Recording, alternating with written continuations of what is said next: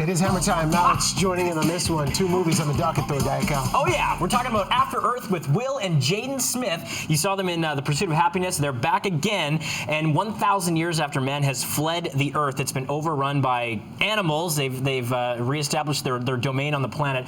And they crash land. And basically, Jaden has to go and find a beacon so they can get rescued. This is from director M. Night Shyamalan. Let's have a look. Yeah. Crash landed. 2 confirmed survivors. Do you know where we are? No, sir. This is Earth.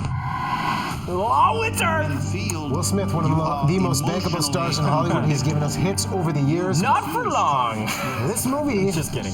feels like a mashup of I Am Legend, Star Trek, and Hunger Games, but lacks the intensity of all 3. Yeah. I don't know how many times I looked at you throughout the movie, looking at the CGI, thinking, this is subpar.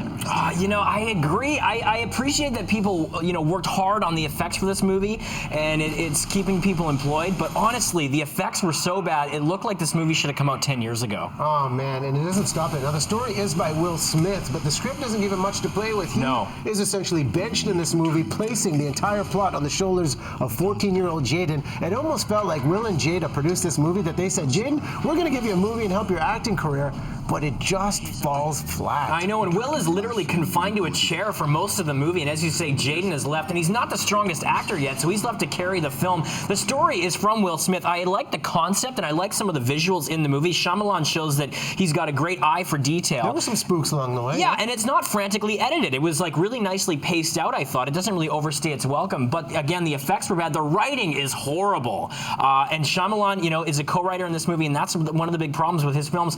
The other thing, too, that I couldn't believe, they all talk like Forrest Gump. They have this future speak where they have this weird southern accent, and it was so distracting.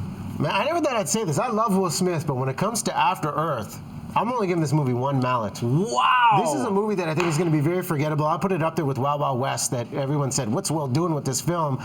They were great in Pursuit of Happiness with the father-son duo. Lots to play with, not a lot here. Unfortunately, I think this movie is soft. I thought it had a few redeeming qualities. There were some scenes that I will remember, but other than that, the writing was so bad and the effects were so jarring and so cheesy looking, I'm only going to go with 2 hammers.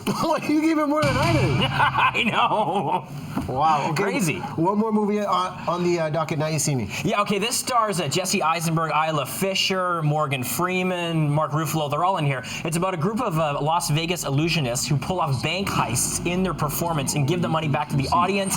Interesting premise, however, it gets so absurd and so ridiculous and so preposterous. There's no tension, so it's completely superficial.